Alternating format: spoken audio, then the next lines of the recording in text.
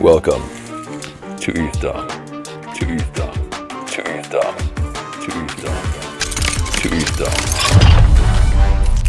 All right, our next talk from Oleksandr is ZKPs in identity. Thank you very much. Yeah, thank you. Yeah, thanks for having me. My name is Olex. I'm lead of cryptography at Rarimo Protocol and Distributed Lab. And yeah, I wanted to go quickly through existing mechanism for creating your digital identity parts. So yeah, the reality is nobody knows what the identity is.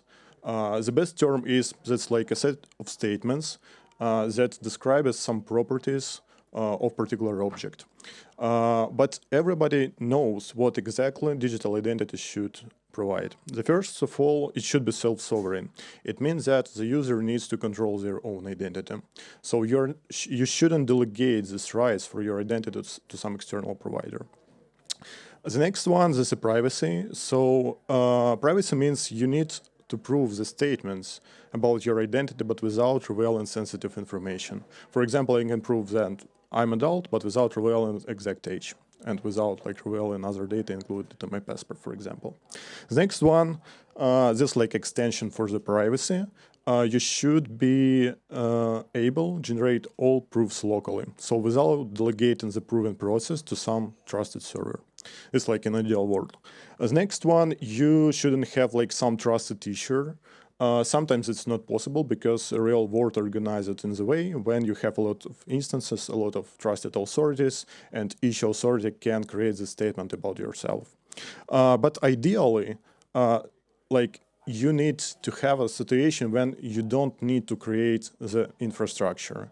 And that's a problem in a lot of verifiable credential protocols. Because if you have some existing statements about your identity, you need to have a way how you can digitize them. And yeah, we will also cover that.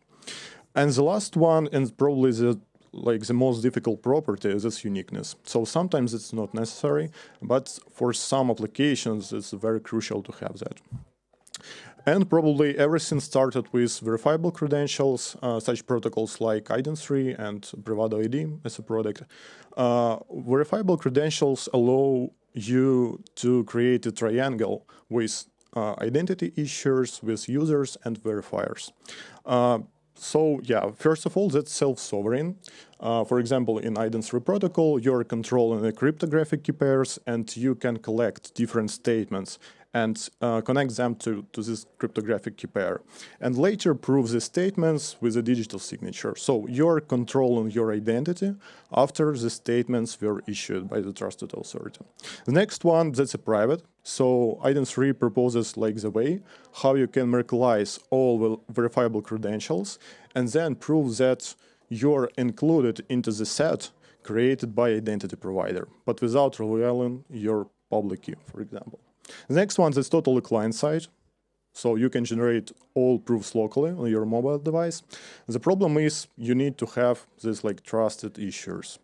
But that's not the biggest problem. The biggest problem is you need to create a new infrastructure for that. So you need to integrate this like SDKs to like any existing authorities and push them to use IDEN3 protocol, and that's very difficult in reality.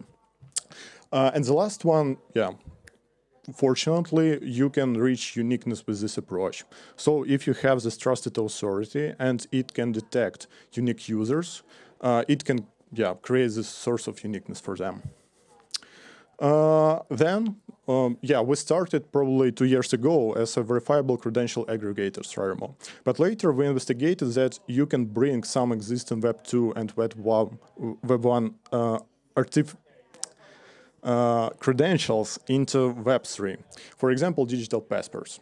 That's like entity that has already issued a lot of passports, and you can fetch the data from the passport together with signatures and cover them with zero-knowledge proofs. So you can snarkify the process of passport verification.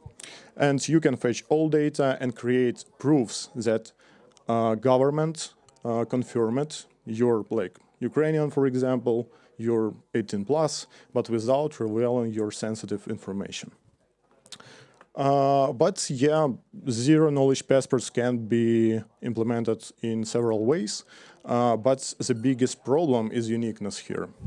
So when you're creating zero-knowledge proofs to open your passport data, you cannot fetch the source of uniqueness in the way your government cannot trace that. So you can operate with passports without uniqueness, so just proving that you are Ukrainian.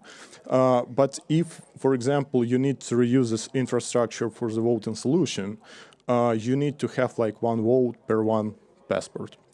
And you can organize this like uniqueness generation with MPC protocols, but in ideal case, you shouldn't rely on some like MPC trusted authorities. We solved that in Rarimo in some way, but it requires a public setup. It means, first of all, you need to create the registry with a lot of passports and additional key pairs, and then you can extract the uniqueness from these key pairs. We then launched voting solutions. It's like not a voting solution, but the solution for digital protests. We tried like to troll existing centralized regimes with that. So you can tap your passport and, I don't know, support some decision, for example. And tested that firstly for Russian oppositioner. Then we launched the fork of the solution for Iran, together with Amin Soleimani, for Georgia. So yeah, we try to show an opportunity how you can organize the decentralized voting like on-chain, but without like real and sensitive information.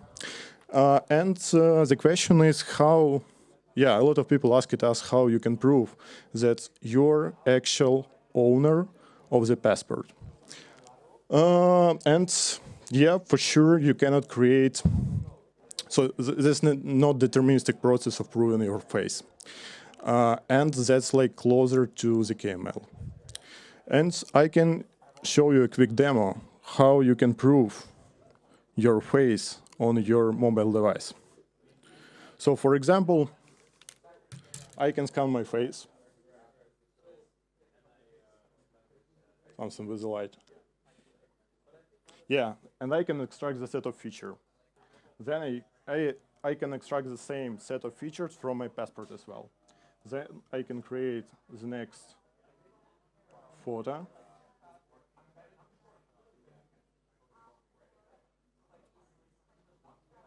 Yeah, that's another set of features.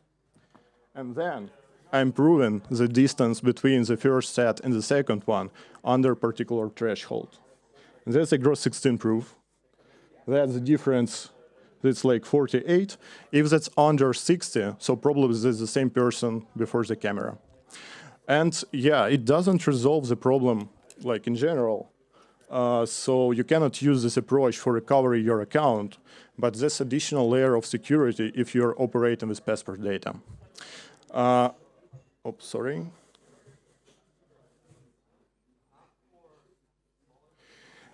Yeah, and this process allows you to create a verifiable probabilistic statements.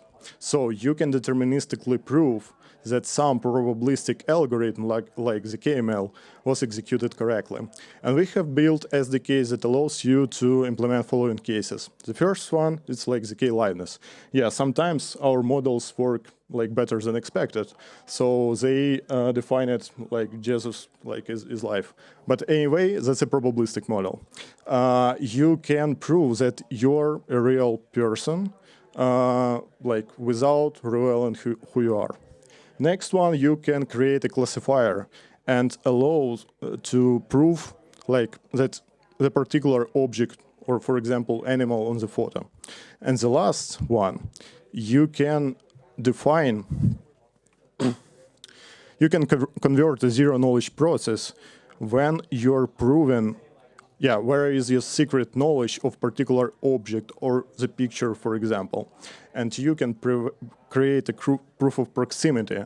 So I can remember this specific object and, for example, attach that as a recovery option for your account.